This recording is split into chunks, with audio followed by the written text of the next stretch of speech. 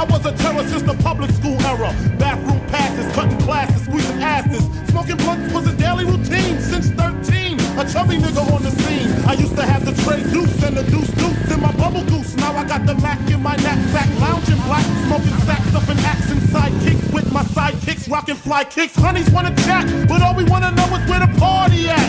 And can I bring my gat? If not, I hope I don't get shot. Better throw my vest on my chest, cause niggas is a mess. It